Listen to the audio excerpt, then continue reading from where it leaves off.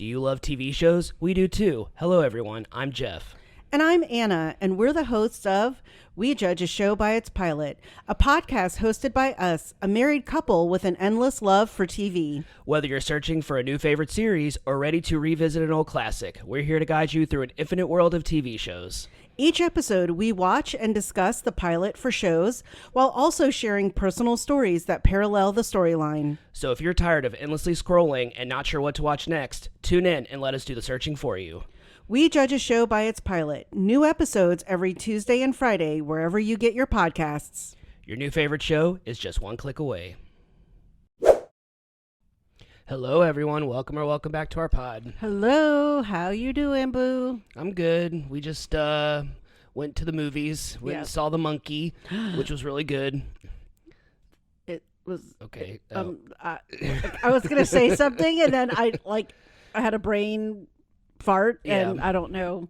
It was good. Yeah. Yes. It wasn't what I was expecting. I don't know actually what I was expecting. Yeah. So. They did a good job with not revealing too much with the previews. I thought maybe all of the good kills that we saw in the previews was going to be the movie, and that wasn't even the half of it. So yeah, I liked that it was a dark comedy. It's really hard to adapt Stephen King, and there are the times where... Had you read the book? Yes, I read the short story back in high school. I believe it was the Skeleton Crew. I think that was the short story thing that I was in. But yeah, I've read other than the newer stuff, I've read just about every Stephen King, probably from 2010 or 2012 and before. I probably read everything Stephen King. And Stephen King's really hard to adapt because so much of his books are just describing stuff. Does it take place in first person, so it's hard to adapt? I think a lot of his books take place in someone's head, right? And so that's why that's why. And then also there are the movies where they're serious and they are meant to be taken seriously, like The Shining or Misery. And then you have the ones that are kind of silly, but then they end up taking them seriously as movies. And then you have something like Thinner or Dreamcatcher, where it's I think retroactively they're yeah, it was meant to be funny, and it's no, it wasn't. No, no, it wasn't. You were being serious when you made this. And then there are ones like The Monkey where it's a silly concept, and so they kind of leaned into it. And I really appreciated that because his books are really hard to adapt, and got you. Especially short stories. I mean, they have made Children of the Corn was an 18-page short story, and they have managed to make 11 movies out of it. It's crazy when you think about it that way. Oh yeah. But yeah, I really enjoyed it, and I think and then that they're remaking Running Man with which is one of my faves with Glenn Powell. Wow! And then they're doing A Long Walk Home, which was one of Stephen King's first novels. I wonder if Patrick Schwarzenegger is going to be in it. That'd be cool. That would be cool. Yeah, because he's in White Lotus now. Or if Maria Conchita makes a little Is she cameo. Still alive? Yeah, she's still alive. Are you sure? I follow her on Instagram. She's still alive. I don't know why I thought she died. No, she's still alive. Sorry, Maria Conchita. Yeah. Sorry, our number one fan, Maria Conchita Alonso. Yeah. But yeah, so we are continuing. Did that just hit you? Yes. My boo is sleepy. I'm tired. It's been a long day. It has been a long day. It's been a long day for you. It has been a long day for me. Because I got up and started working right away, and some email stuff went awry, and then we went to lunch, took a little break, came home, and I got back on to try to figure out what was happening. And I just finished updating some reports and Excel sheets and Teams, and now we're recording. Yep. And as we're recording this, we are getting really close to a podcast milestone for us, at least. Oh, okay. I thought you were going to talk about our vacation that's coming up. Well, I mean, yeah, we could talk. I mean, there's also that. But, first, we're about to hit 2,000 downloads, which for us is a big deal. I know other podcasts are what are you, that's nothing. But for us, we've said many times before, we haven't really talked about this in a while, so I feel okay talking about it again. We went into this podcast, I mean, we started in we officially started in May of 2024. Episodes didn't come out until June, but we started in May of 2024. We started planning it in March or April of 2024. So we're almost at a year of since we started this podcast, just planning stages to now. And we went into this and we were just like, if we can just get like 10 downloads a week, if I can get like 50 downloads a week or 50 downloads a month, like I'll be happy. That will feel worth it to me. But we've exceeded all of that, and I wanted to be 50. It's about 5 times more than that, which isn't still not a lot, but for us it exceeded all expectations because we were. When a lot of people start podcasts, they have very unrealistic expectations because it's like your friends aren't even going to listen to this. You have to kind of come to terms with like only like people that really love you are going to listen to your podcast. You have to find your own audience. You can't just rely on everybody that you know. Thank you, Rebecca, Summer, Sarah, Nick. Yep. all of our original fans. Yes. All of our original fans in our lives. But yeah, and eventually my sister and my dad started listening, which we said from the very beginning. I was like, my dad's not going to listen to this podcast because he's just not a podcast guy, but he listened and he liked it, and so I have to be nice. Anything can happen. I have to be nice when I talk about my dad now. I love my dad. And another thing is we are kind of having a little bit of a recording week where we're recording every day because you specifically are essentially traveling every week in the month of March. Yeah, because I'm going out of town next week because it's Mardi Gras in Louisiana, so it's a good time for me to visit my non-Louisiana state school. So I'm traveling to Miami. Then I come back and I have things here in Baton Rouge, but then we're going to pick up Maddie. And on Thursday, I am taking off Friday. And on Saturday, we leave on a week-long vacation. Can't wait. Then literally, when we come back on the 22nd, we will be visiting. We will drop Maddie back off, come back home, essentially unpack and start washing clothes because I leave on the 23rd to go to Oxford. And then at the end of the week, I will be going back to Miami. So goodness. I'm racking up those miles and those hotel points. Hell yeah. Yeah. So yeah, we're recording all this week, and then while we're recording this week, we're already going to be jumping on watching shows for April and a month. And we're probably going to be recording those episodes probably the week leading up to us going to out of town. Yeah. Not all the episodes, but probably like the first half of April. So we got a lot of recording to do because you have a lot of traveling. March is going to be, and we keep saying this has been a busy month, but each month keeps kind of like outdoing the other month. I know. All of a sudden I was like looking at my calendar going, oh my God. This is the first semester or first year where it feels like your old travel schedule. Oh yeah. This is for the first time since 2019, essentially.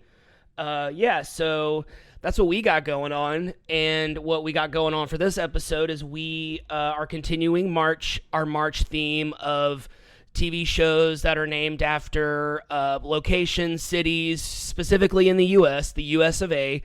So this show was a surprise for both of us. Oh, yeah. We were both very surprised at how much we liked this show.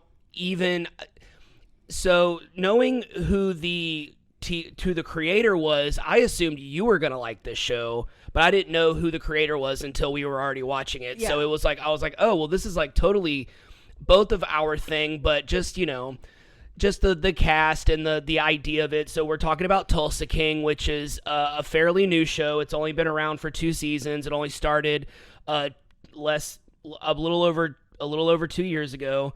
And so we watched it, and we're going to talk more about all that, but first Anna's going to do what she does and give us some episode and series information. All right, Tulsa King. The pilot was called Go West, Old Man. Tulsa King is an American crime drama and comedy that premiered on Paramount Plus on November 13th, 2022. The show currently has 2 seasons and 19 episodes. The series was renewed for a 3rd season and is currently in production. The series was created by Taylor Sheridan, a TV actor turned screenwriter who was nominated for an Oscar for Best Screenplay for Hell or High Water, but is best known for creating Yellowstone as well as Lioness and Lawmen Bass Reeves. The pilot was written by Sheridan and Terrence Winter and was directed by Alan Coulter, who directed for shows such as Sex and the City and The Sopranos. Tulsa King centers around Dwight Manfredi, an American mafia capo from New York City who just finished serving a 25-year sentence in prison. Upon his release, Dwight's boss sends him to Tulsa, Oklahoma, to establish criminal operations there.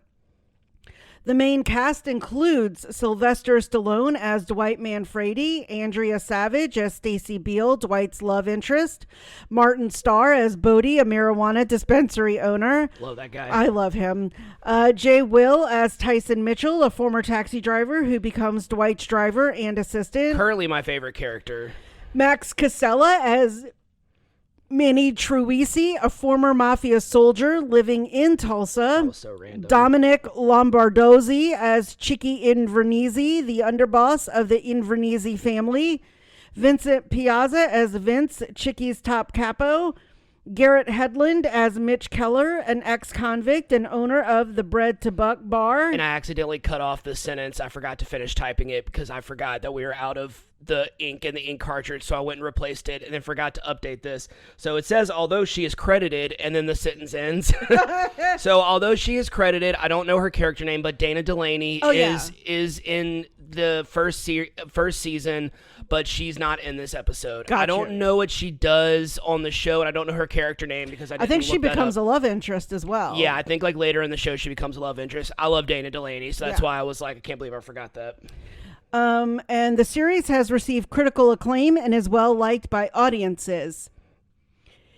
It was nominated for an Emmy for Outstanding Stunt Coordination. You can currently watch the entire series on Paramount Plus. Okay, so what did you think? Well, I almost just spilled a drink. That was it would have been table. totally my fault because I left it in the middle of the table. Yes. Well, I'm gonna be honest. I initially, when we were trying to find shows, I picked this one, and at the time, I didn't know that it was a Taylor Sheridan show. Yeah. We were just like looking for shows that had cities or locations in the title of the show. And shows we hadn't seen. We were trying to find things a little more current. We do some old school, but we did want some current things. I will say that I wasn't really super expecting much other than kind of a Sylvester Stallone kind of bonehead, Rambo, Rocky-esque kind of TV show, which you might kind of say it's a little of that, but not really. And considering that this is Stallone's very first television series ever that he's done. That's crazy. It is. I actually loved it. I loved the whole first episode. It just started off and just never stopped the whole episode. So even up to the very end scene with the ATF and the girl that you'll talk about in your pilot summary. What about you? I was kind of in the same boat as you. There's just something about like crime drama.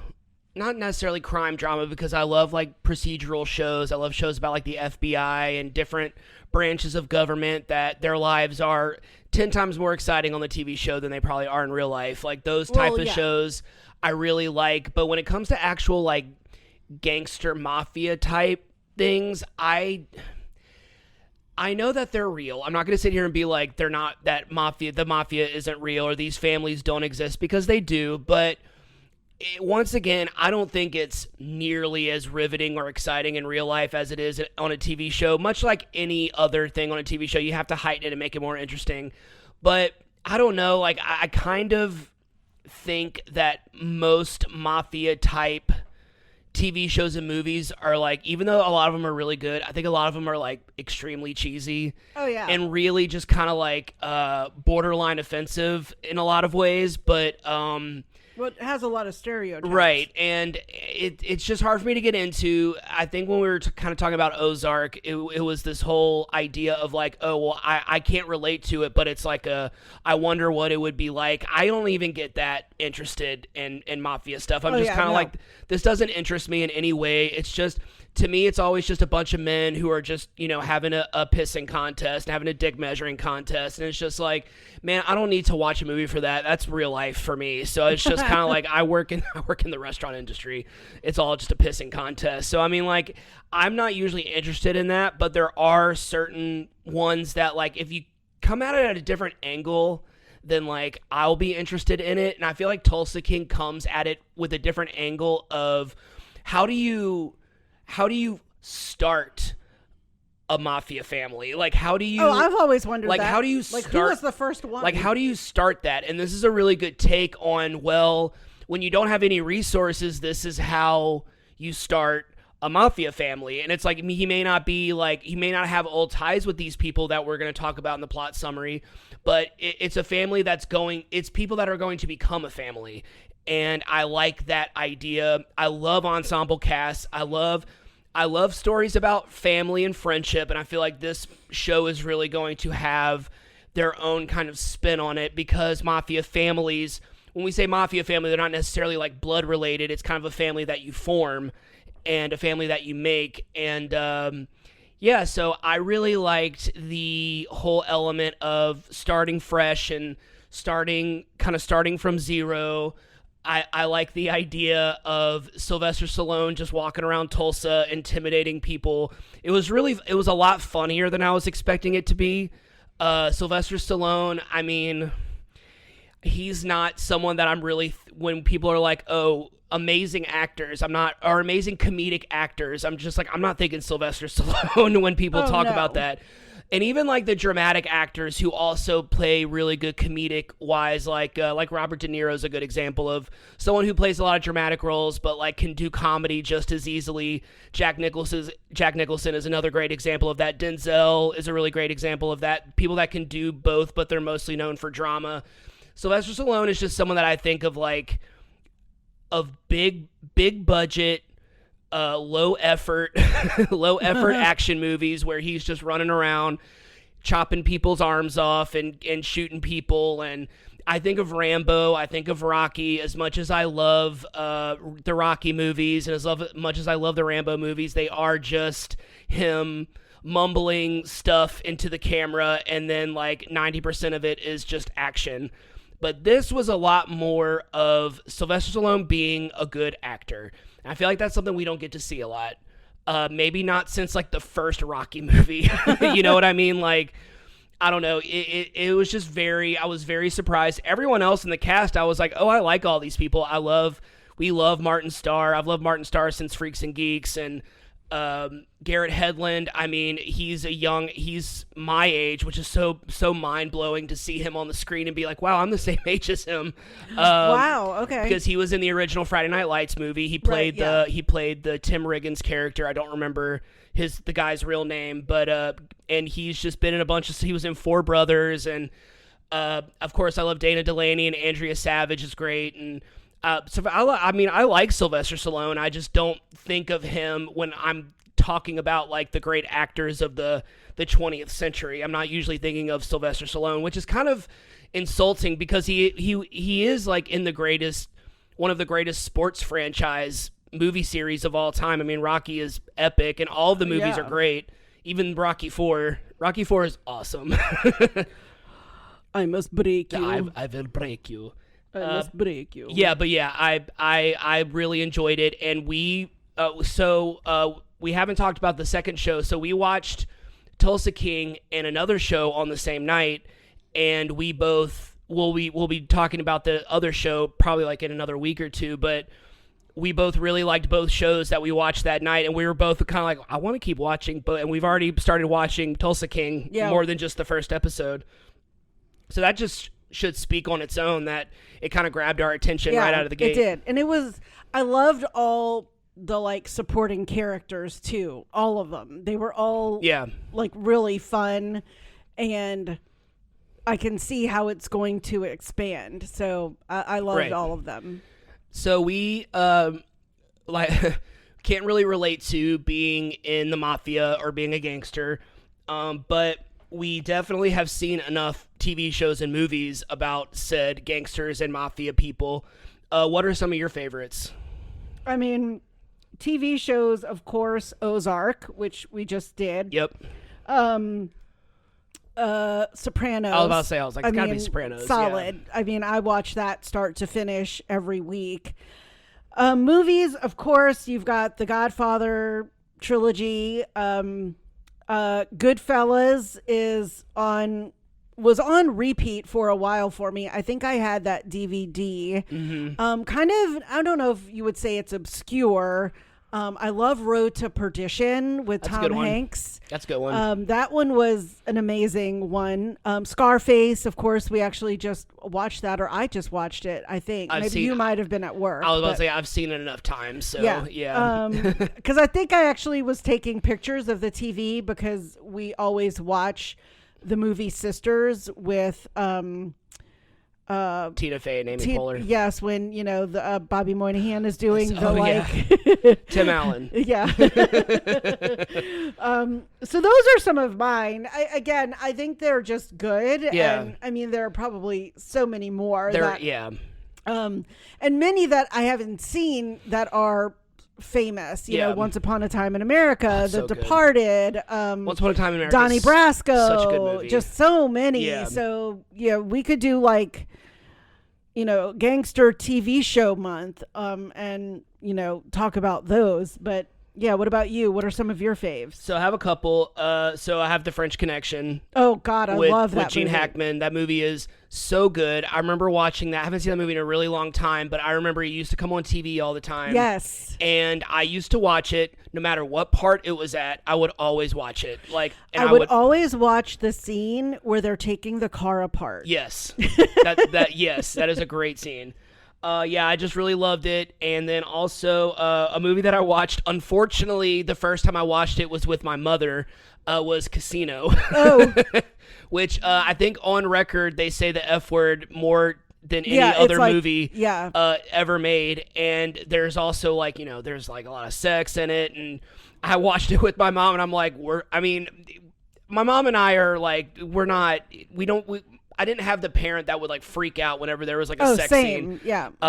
It kind of became a joke because I was the only boy, so it was me and my mom, and my sister would watch stuff, and then whenever there was nudity, my mom would be like, "Okay, cover your eyes." But then once I reached a certain age, she was like, "Just okay, we'll just pretend like you're covering your eyes," because she was like, I think I reached a certain age where my mom just felt weird telling me to cover my eyes. I mean, especially when I was about 12 or 13. In her mind, she's like, he's seen a naked woman, at least a Playboy or a porn at this point. So, which I had. So yes. And then one that I kind of had to look up, and I'm like, that's a mafia movie. Yeah, it's Snatch. It's the Russian Mafia. So it's with Brad Pitt, and it's a big international cast. It's more of a comedy, but it's really funny. Yeah. Was that when he is a boxer?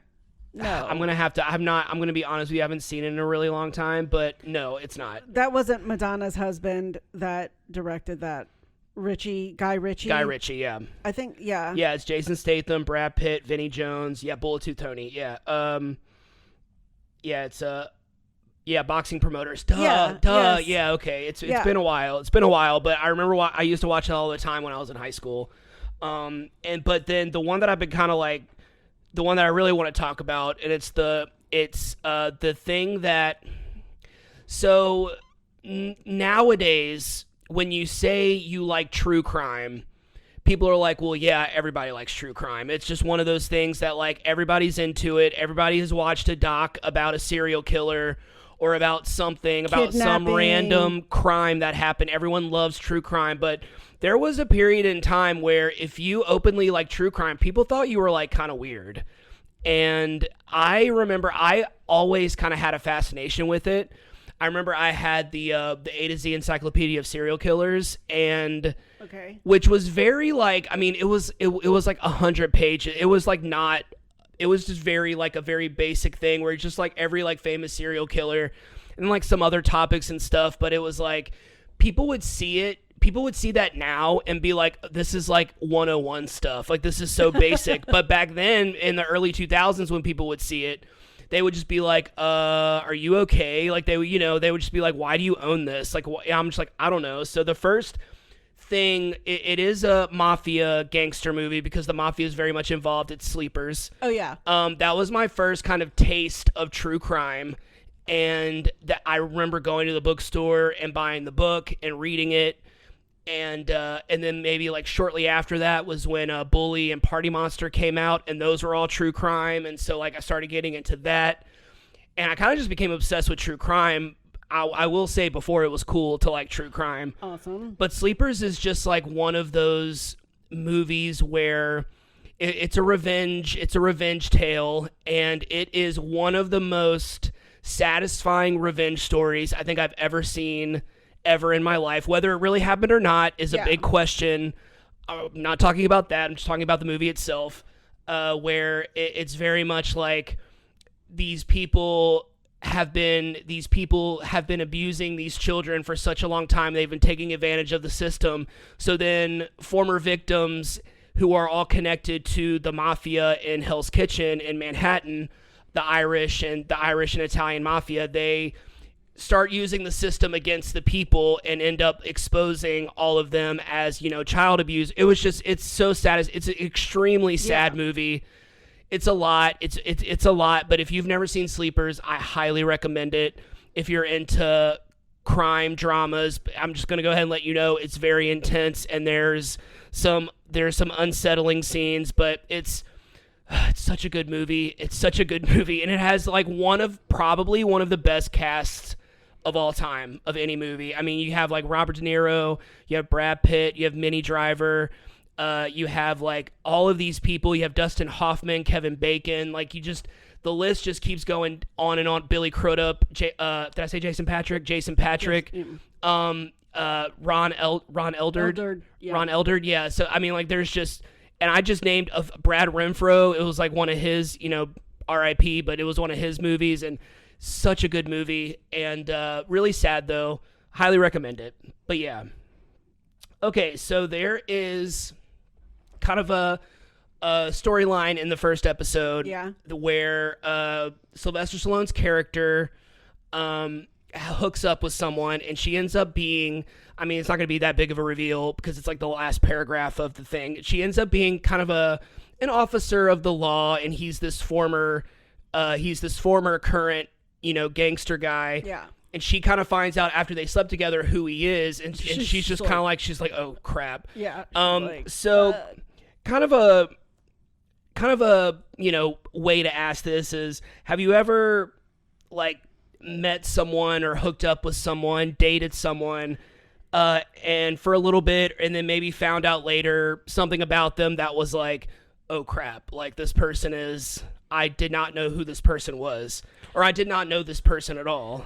Well, this was a question you did prepare me for. I had to. Yeah. This was one of the ones that was like, there's usually like one question per episode where I'm like, okay, think of some stuff, because I have, this could potentially be like a big question. So when you asked me, I started going through like my dating of people. So like high school, I mean, I dated people only I knew. College, the same thing, and law school. So really, I will say my dating time of meeting people that I didn't already sort of know through another avenue was when I lived in Seattle. And this again was before the advent of dating apps and things. Right. I mean, you maybe met people like on AOL or kind of organically at like a bookshop or a coffee shop or somewhere.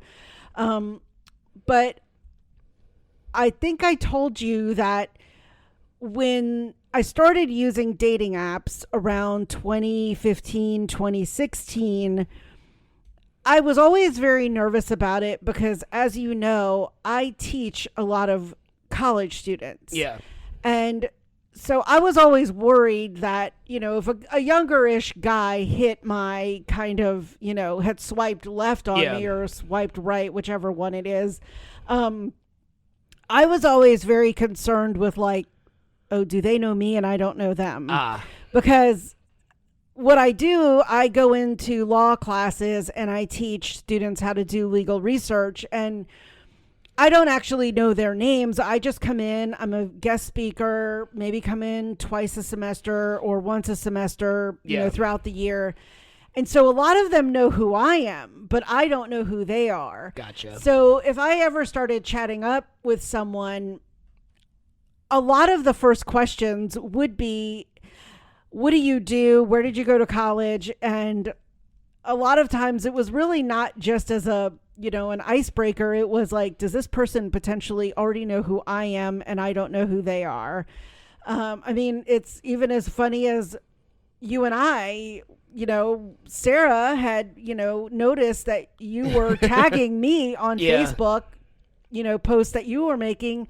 And she asked you about me. She was like, how do you know Anna? And you were like, well, we've just been talking. And you were like, well, how do you know Anna? Yeah. So, you know, that's what I mean. And there have been many times that I've been out with Summer and Alicia or Heather, and people have stopped me. They're like, I know you. And I'm like, are you in law school? Did you go to law school? Yeah. So they're like, oh yeah, you're my rep. And so I'm very meticulous on doing sort of deep dives, background checks into who I'm talking to. That doesn't necessarily mean that I know everything about them, because I will say that maybe a couple of people have come out in the sense of their sexuality or something that I wasn't expecting. So there was that in college, a couple of people, you know, but again, you know, whatever, you're discovering yourself in college. So, but not like in this scenario. Yeah. I mean, yeah. What about you? So I really only have two that I can think of that really kind of like left its mark on my memory. I mean, when you randomly meet someone off of a dating app and then you see them once or twice and then you don't talk to them again, for all I know, they could be married, they could not be married, they could be, you know, live with their husband, they could be a serial killer for all I know, and I would never know because I never saw them or talked to them again. And that's just how dating apps are. And sometimes you meet someone that you talk to for a long time, and sometimes you just meet them once and then you never see them again. So this is pre-dating apps. This is when I first moved to Florida, and I would frequent this bar called AJ's that my two roommates would always take me to, particularly during like spring break. And they were just kind of like, yeah, it's not like this is so many college age people. This is kind of like everyone kind of went to AJ's because it was huge. It was huge. Gotcha. And it was this huge patio, and it was a pretty cool place to go. And it was very touristy, though. And so I would go with my friends, and this is just kind of goes to show how different I was, especially when I was in my early 20s, to where I know I would have no reason to do it now because I'm married, but if I were single right now, the idea of going to a bar and then like approaching a girl and talking to her, I would never in a million years do that now if I were single. Like, never in a million years. I would just be like, I wouldn't even be at the bar. You know what I mean? Like, but back then, I would go up to a girl and I would hit on her and I would talk to her, offer to buy her a drink, because that's how you met people back then. Well, yeah. That's how you met, you know, potential anyone. If you see someone you're attracted to, then be like, oh, I'm going to go talk to her if they're not interested. I was great at taking a hint. I knew when a girl wasn't interested in talking to me, unlike a lot of guys at bars who can't seem to understand that the girl is trying to get away from them. Yes. I was a little too aware of that. I think I would overthink things a lot. So there was one time we went to AJ's and I went with two of my roommates, and I think I met them there because I had my own transportation and they had driven there because we worked at different places and we would meet after work.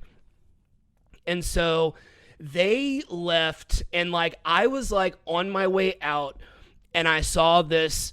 She was surprise, she was an older woman, and she was cute, and she was kind of sitting there by herself. And so I was just like, what the hell? I'm about to leave anyway, so like let me just go say hey to her real quick because I think she's cute. And I went and talked to her. I said, hey, I probably said something stupid like, hey, why are you sitting by yourself? I said probably something stupid like that. And she was really nice, and we sat there and talked, and then a couple of her friends, she was like, oh, I'm here with some friends. And then they came up and started talking to me, and found out that we were all locals, which was kind of funny because AJ's was just like a really big touristy place. And so we were kind of, we're all from the area. I was like, oh, I just moved here. I'm from this place, and I'm from Baton Rouge. We kind of were sitting there talking, and so she was like, hey, a song came on. She was like, hey, come dance with me. I'm like, okay, cool. And like we went you and danced with someone? I guess. This was during my inebriated days, so okay. I was probably like just doing I have danced with you. Twice. Well, we don't go places to where we would dance. I'll dance with you. We'll dance after we record this. Okay. We're gonna dance on the cruise. So I didn't go home with her. She didn't come home with me. We didn't have sex, but we did obnoxiously make out at the bar, PDA, that whole we did the thing. Sucking face. Yeah, and it was very grabby and doing all. I can't believe I did that I cannot believe I did that in public. Thinking about it now, I'm just like, I can't believe I did that in public. People still do that. Oh, I know, but I'm just like me. I was, 20. I was 21, so I didn't care. And so that happened. I think we exchanged numbers, but I think this was even before people were texting on the regular. Okay. Maybe people were texting, but it wasn't as prominent as just calling each other on the phone. That was still the main thing that you would do. So I don't think we ever talked again. And at least a year passed, and I was working at Chili's, and this is when I first started working there because I was still hosting. And I'm kind of sitting there, and I see her walk in with her friends. It was almost like I recognized her friends before I recognized her. Okay. But I recognized all three of them, and I see that there was some dudes. So I'm just like, I didn't care. I was married at this point. I was with Jamie, so I wasn't even thinking about, oh man, she's with another guy. I was just like, it's been over a year, so obviously I don't care. But when she saw me, I was like, I wasn't going to say hey to her because she was with other guys. So I was just like, I don't want it to be how do y'all know each other? We made out at a bar once. Also, in my mind, I'm like, she probably doesn't even remember me because it was so long ago, and we were both inebriated. So we were both drunk. So, she doesn't I wouldn't be upset if she didn't know who I was.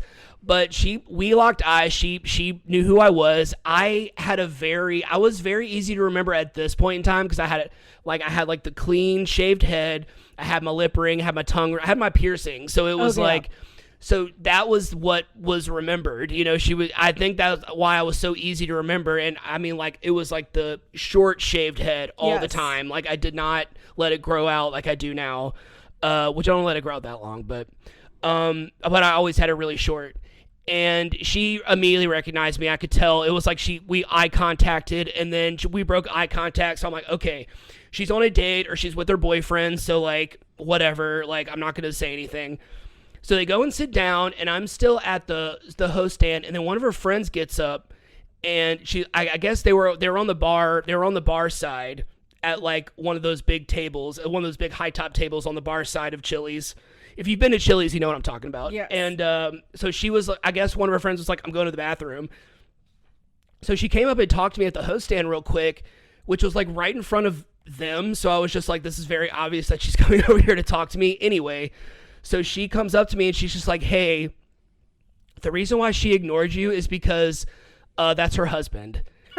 And I was just like, okay. I was like, so she was married when so she was married when we met. She was like, yeah, she was married when y'all met. And then she didn't really give me any more details other than we were out and she was looking to get back at him for something. And I was just like, well, we just made out. So it was just not saying that was right, okay thing for her to do, but I was just like, so she got back at him by making out with a random and then never telling him about it. I was like, that's not really getting back at him, but sure, whatever. And so I was like, okay, that's fine. And then I remember I was just like, oh, well, I recently just got married. So I was just like, we're fine. I was like, I'm not going to say anything. Don't worry about it. And so that happened. And then they came up there 5 or 6 more times after that. And so it was just kind of like, and then one time it was when I was a server, and I can't believe I didn't remember this when we were talking about when I was talking about server stories, but I had to wait on them one time. And so, but it was just like, weird. That's weird. That's weird, but like I remember they left me a really good tip. So I was just like, because they got I mean, it's 2 for 1 at Chili's. You can get smashed at Chili's for a pretty good price. It's always happy hour at Chili's. So yeah, they left me a pretty good tip. But yeah, that was one. And then there's another one that happened. It wasn't too long before I met you. Oh my God. So this was during the era of, so we didn't even meet through a dating app. So whenever social media first got really popular, when like I'll use Facebook as an example because that was like the first big social media thing, other than MySpace. But so the beginning of Facebook, you would send friend requests out to people that you knew, people that you were trying to reconnect with, maybe an old friend from elementary school, an old teacher that you had, family members that are scattered all over the country. Like it was meant to connect with people that you know. Then the next phase of Facebook was people just sending random friend requests to people. Like friends of friends. Like they were just trying to build friends of friends of friends who just wanted to have a lot of friends on Facebook, even though it doesn't matter.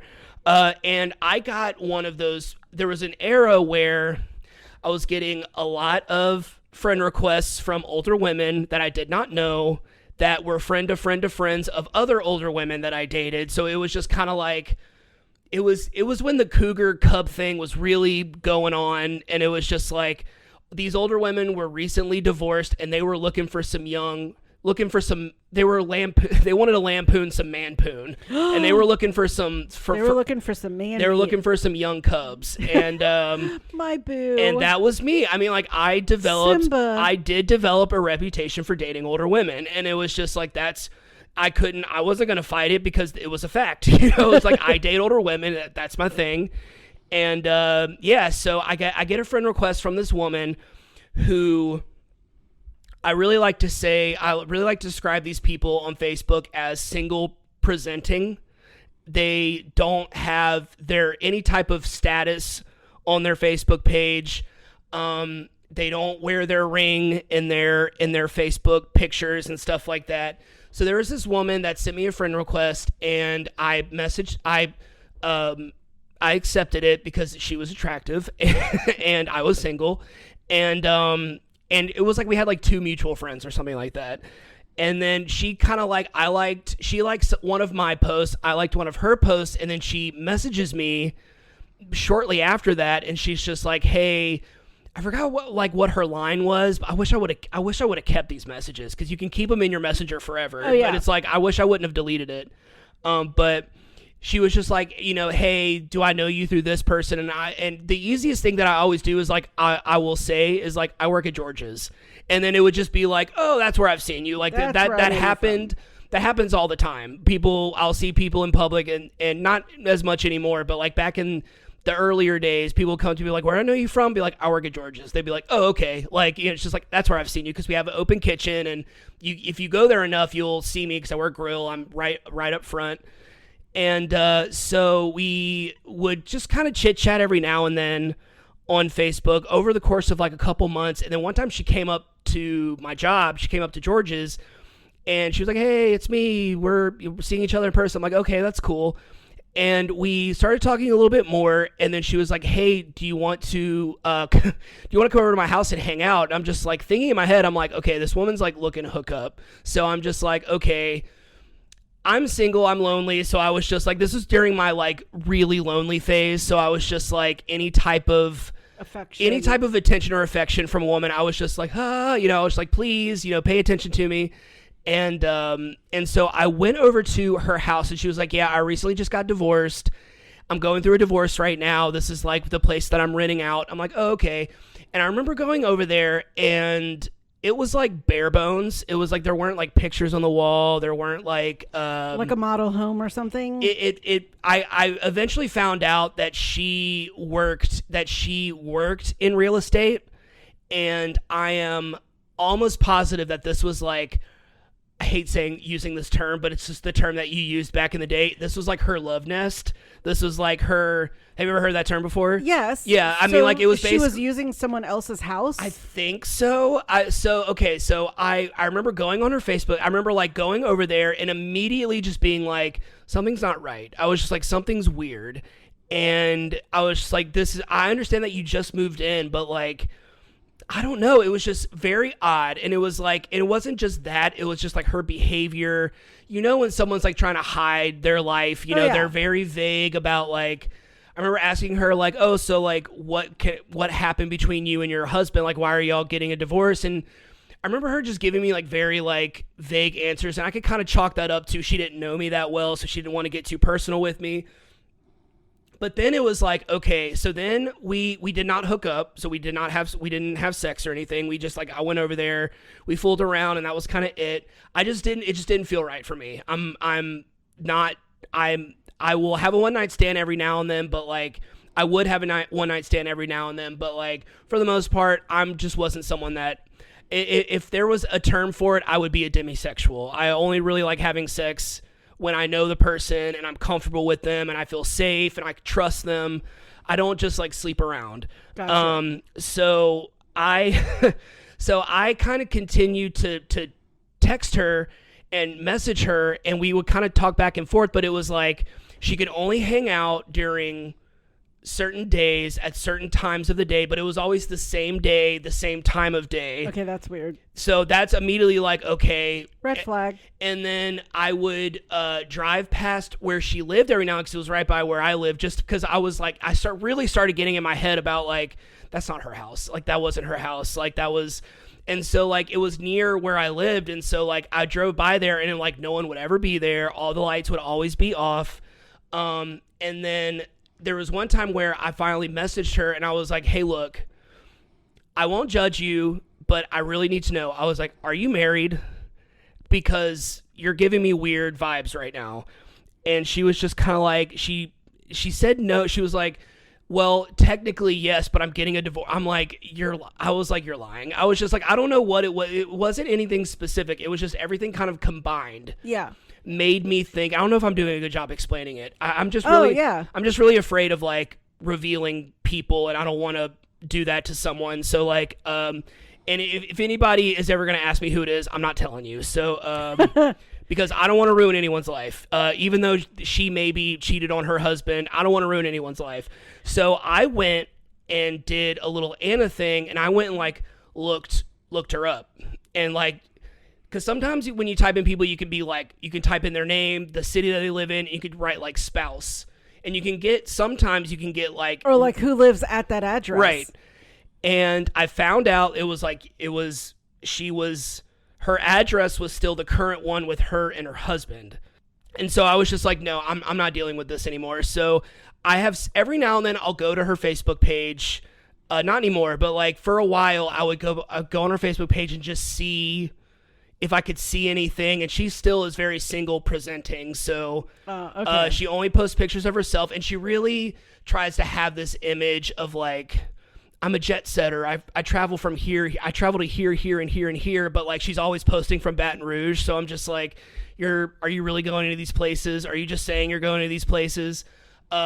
And now that I'm thinking about it, I'm probably going to end up going on her Facebook page. I'm going to go to her Facebook page. What are you talking about? So yeah, that is, so that's that. And anyone that wants to know, I'm not telling you who it was. It's been almost 50 minutes. You've been talking, babe. Oh, I know. I did not have, I don't think I have as many like crazy, well, I do have some crazy dating stories, but not nearly as many. Get me talking about my dating history. I can talk, I'm so glad I met you. I'm so glad I met you. I'm so glad we're together because you make everything great. Oh, thank you, babe. And you're the best of all time. All right, Tulsa King pilot summary. All right, we open at U.S. prison. I'm sure that's what USP stands for. Yeah, U.S. prison. Is it Canaan? Canaan, a federal prison in northern Pennsylvania where Dwight Manfredi is. Did I say Dwight? Dwight. I know. John Krasinski. You're not Jim. Dwight Manfredi is finally being released after spending 25 years locked up. He reflects on whether becoming a gangster was worth 25 years of his life, but really it wasn't even worth 25 seconds of it. Dwight makes his way back to New York afterward, and he spends the drive staring out the window looking at how the world has changed since he's been gone. He's confused when the driver doesn't stop at Scores because he assumes that there's going to be a party for his return. Instead, they head to a fancy home in Long Island where his mob buddies are gathered. Dwight's immediately on the defensive because this wasn't the type of welcome he was expecting, especially after he's the one that did time to save them from murder charges. He's also thrown off by some of the changes to the hierarchy. I was worried I wasn't going to be able to say that word. They tell him that they're sending him to Tulsa, Oklahoma to set things up there. By the way, Tulsa, Oklahoma, shout out to some of my fam who lives there. Shout out to Uncle Tom and Aunt Helen, and Christy and Dewey. And Tim and Maddie. Yep.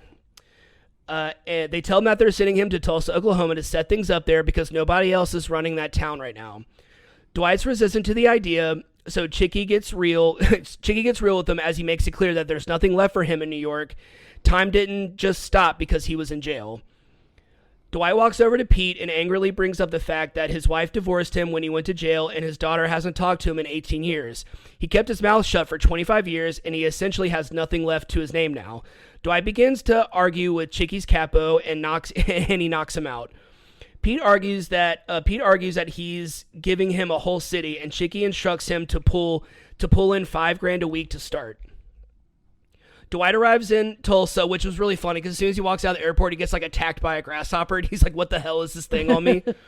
Dwight arrives in Tulsa and gets in a cab, at which point he starts asking the driver for information about the history of Tulsa. The driver is baffled when Dwight exclaims how nice it would be if someone invented a device where you can look up information whenever you wanted, not realizing that the iPhone exists because he's been in prison for 25 years. Exactly. So the driver, gesturing to his iPhone, that's literally mounted on the dash, and like, yeah, so like the driver's like looking at his iPhone, which is doing his GPS, and is like, it's right here. You can look it up. Like, are you serious? Dwight has no idea what he's talking about and then proceeds to get offended when the driver keeps referring to him as a gangster. Dwight suddenly tells him to stop the car as they're passing by a dispensary called the Higher Plane, at which he learns that marijuana is now just sold in stores. With that has to be one of the big mind blows. If you were in prison for however long, especially when you start off in the 90s and then come out in 2022, right? And it's just like there are just dispensaries everywhere. It's like, wait, people were getting jail sentences for having like a dime bag on them, and now you're telling me you could just walk into a dispensary and buy some states you can buy as much as you want, others have limits, but like, yeah, that has to be insane. He asks the driver what crew runs the neighborhood, and then the driver responds, "There's no crew up in here, man. You're in the middle of nowhere." He hands the driver a few $100 bills, which is, I would love for that to happen to me one day. Just some dude to be like, "Hey, wait out here for a minute," and hands me like $500. He hands the driver a few $100 bills to wait in the parking lot while he goes inside to do business. Dwight asks the young employee working the counter how the business works, and after learning that they're cash only, he comments on how risky it is that they only have one guard and no cameras. After trying to intimidate the confused employee into getting his boss, the security guard tells him to leave. So Dwight walks back in and knocks him out with a water bottle, which was like one of my favorite. It was just because those hard water bottles, like it's like those Voss bottles. If you get that thrown at you, that's gonna hurt. So the owner, Bodie, walks out from the back to see what's going on, and Dwight tells him that he needs to see his books. After he looks at how much money the dispensary brings in, Dwight makes a deal with Bodie. Dwight will protect the dispensary in exchange for 20% of weekly sales. And then like the best part of the episode, so when he says, great. Dwight was like, "I'll protect you. For 20% of your weekly sales, I'll protect you from the gangs." Then Bodie's like, "What gangs?" And then Dwight's like, "And the law." And Bodie's just like, "This is legal." So it's just like, and he's like deadpanned. It's Martin Starr. It's perfect Martin Starr deadpan. He's my babe from Silicon Valley. After finishing his business at the dispensary, Dwight tells the cab driver, Tyson, who's my favorite character, he's so funny, that he's going to pay him $2,000 a week to be his personal driver. He hands him a stack of money and instructs him to go buy him a Lincoln Navigator. Tyson drops him off at the motel. Later, when Dwight asks the woman at the front desk to call him a cab, she suggests for him to call an Uber, and he has no idea how to do that because he doesn't even know what she's talking about, so he pays her to do that for him, which has kind of been a funny, I noticed it in the second episode too. Yeah. Like, he doesn't have the proper technology, but like cash really is king. I mean, like, if you have the money in your account and someone just hands you extra and like, here, do this thing for me, I'm like, hell yeah, I'll do that. Like, kidding me? So Dwight goes to an Uber. I guess he got an Uber called for him, and he goes to a bar called Bread to Book. The next morning, Tyson arrives to pick up Dwight as promised, but the car he's driving is a far cry from a Navigator. Unfortunately, when he showed up at the dealership with a huge stack of money, they called him a crack dealer and threatened to call the police. So it should just be said that Tyson is an African-American male, and these men were just being racist assholes. Yes. Dwight makes him drive back to the dealership, and he waltzes in to talk to the owner and ends up punching him in the face, and they ultimately end up walking out with a fully loaded SUV. That was the best part. He's like, and I want a Lincoln Navigator. Then Tyson's behind him, and he's like, fully loaded. To celebrate, they go to the mall for ice cream cones. Dwight pays another visit to the bar, Bread to Book, and he gets to know the bartender. Mitch used to be on the bull riding circuit until he ended up getting addicted to pain pills after getting hurt. Then he spent 8 years in prison, which unfortunately happens.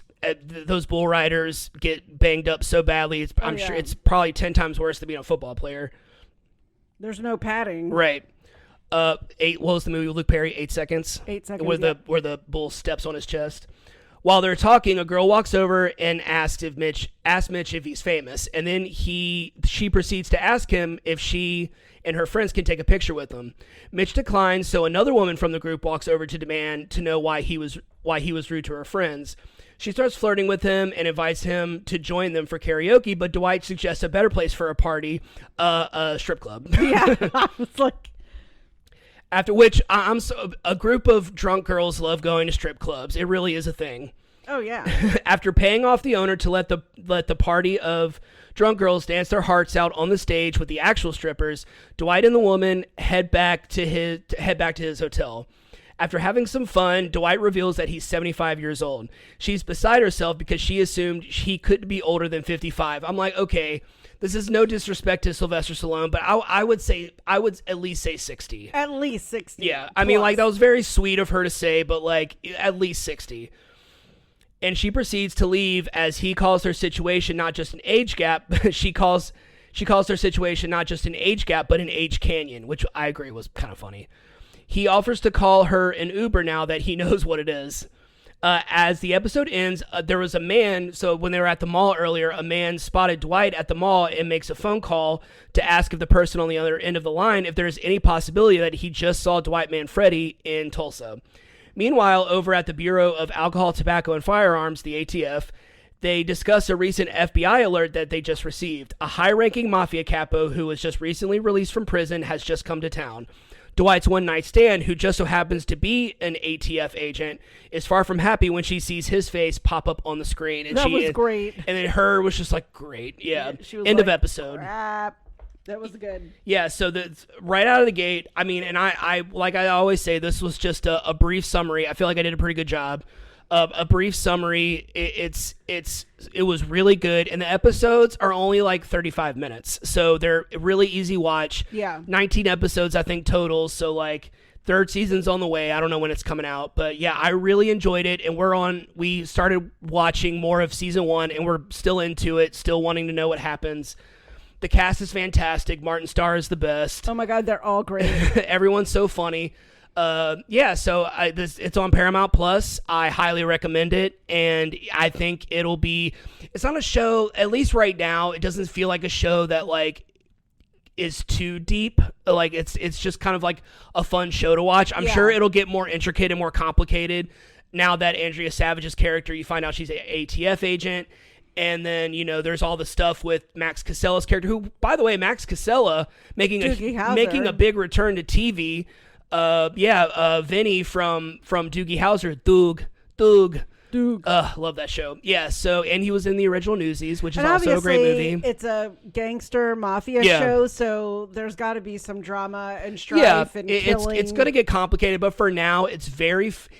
I like the combination of the drama and the comedy. I'll always like that. But right now they're leaning a lot more into the comedy, and I'm really into that. Like I said, I'm sure just like Weeds or any other kind of like crime, dark comedy drama, things are going to get messy. It just hasn't got messy yet. Right. But yeah, so highly recommend it. Paramount Plus, go watch it. You think that about wraps up this one? I think it does. All right. That wraps up this episode. Thanks for tuning in. If you haven't already, go ahead and follow us on whichever platform you're listening to this podcast on. That way you'll be notified every time we publish a new episode. You can also follow us on Instagram at WeJudgePilotPod. We're also on Facebook. Leave us a comment, suggest a show for us to watch, or leave some emojis in the comments. What you got? All right. I have the king, the hotel, any of the cash emojis, the bag of cash, the wad of cash. There's so many cash emojis. The plant to represent the dispensary. A car, the bride for the bachelorette party, the dancers. Chick to represent Chickie. That's a good one. A cab, the iPhone, the ice cream, a bull, the pills, and a credit card, because I remember in the second episode. Yeah. Oh, yeah. That was the second episode. Yeah. Sorry. I'm already leaning into this show. I love it so much. But yeah, he needed a credit card and he didn't have one to pay for something. So he paid someone to buy something for him. That's what I said. Cash is king. Yeah. So, all right. Well, we are going to head out now, but we'll talk to you soon. Thanks for listening.